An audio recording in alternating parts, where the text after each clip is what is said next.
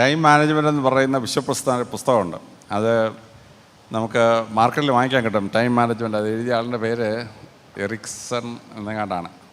അപ്പോൾ time management 8 മെത്തേഡാണ്. 8 method.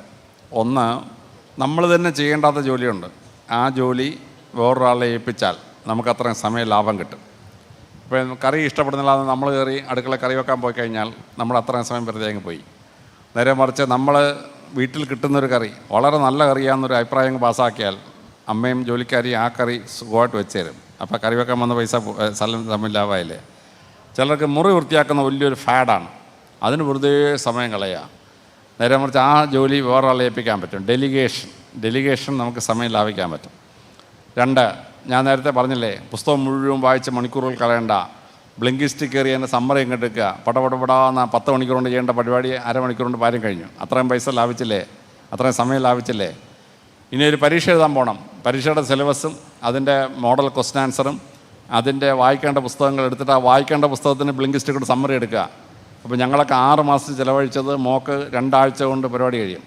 ഇങ്ങനെ സമയം ലാഭിക്കാൻ ഒരുപാട് പരിപാടികളുണ്ട്. പിന്നെ ചില പരിപാടി നമുക്ക് യന്ത്രത്തിലൂടെ ചെയ്യാൻ പറ്റും. അപ്പോൾ കമ്പ്യൂട്ടറിനെ കൊണ്ട് ചെയ്യിക്കാവുന്ന ജോലി കമ്പ്യൂട്ടറിന് കൊടുക്കുക, നമ്മളിരുന്ന് മെനക്കെട്ട് പരിപാടി ഉണ്ടാക്കണ്ട. അപ്പോൾ ഇങ്ങനെ 8 മെത്തേഡ്സാണ് ടൈം മാനേജ്മെൻറ്റ്. ആ ടൈം മാനേജ്മെൻറ്റ് പുസ്തകം വായിച്ചിട്ട് ആ 8 രീതിയിൽ സമയം ലാഭിച്ചാൽ നമുക്കൊക്കെ സമയം സർപ്ലസാണ്. മനസ്സിലാവുന്നുണ്ടോ? ഞാനിപ്പോൾ ഒരു ദിവസം ഒരു പുസ്തകം വായിക്കും. മിക്ക ദിവസവും ഞാൻ 2 പ്രസംഗം എടുക്കും. 2 പ്രസംഗം ഇന്നൊരെണ്ണം എടുത്തിട്ടുള്ളൂ. അപ്പോൾ ആ 2 പ്രസംഗത്തിന് പോവും, പുസ്തകം വായിക്കും. പിന്നെ എനിക്കൊരു 100 ഫോൺ കോൾ ഒരു ദിവസം, ഒരു 100ഓളം വാട്സപ്പ് മെസ്സേജ് വരും. അത് മുഴുവൻ ഞാൻ കുത്തിയിരുന്ന് ആൻസർ ചെയ്യും.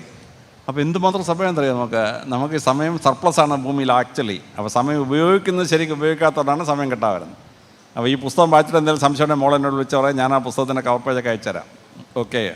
Media graphics TV YouTube channel subscribe ചെയ്യൂ. Media graphics TV YouTube channel, കലയും കാഴ്ചയും.